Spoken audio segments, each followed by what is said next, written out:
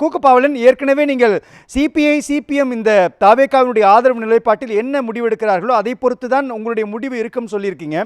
அவர்கள் தாவேகாவினுடைய ஆதரவு நிலைப்பாட்டை எடுத்த பிறகு விடுதலை சிறுத்தைகள் கட்சி தாமதம் எதை காட்டுது?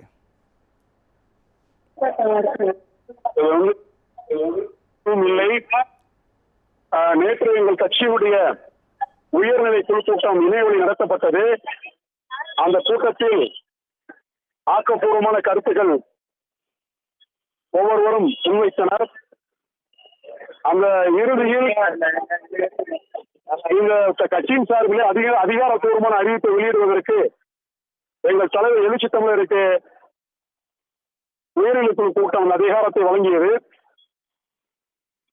அவ்வாறு வழங்கப்பட்ட அந்த நிகழ்வின் அடிப்படையில் இன்று கட்சியின் சார்பில் எங்களுடைய நிலைப்பாட்டை அதிகாரப்பூர்வமாக எமது தலைவர் எழுச்சி தமிழர் அவர்கள் அறிவிப்பார் என்று நேற்று அறிவித்திருந்தோம். அதனை ஒட்டி எமது கட்சியின் தலைவர் அவர்கள் அதற்கான முயற்சியில் எடுத்து வருகின்றார், பேசி வருகின்றார். இன்று 4 மணிக்கு அதிகாரப்பூர்வமான அறிவிப்பு வரும் என்று எதிர்பார்க்கப்படுகிறது.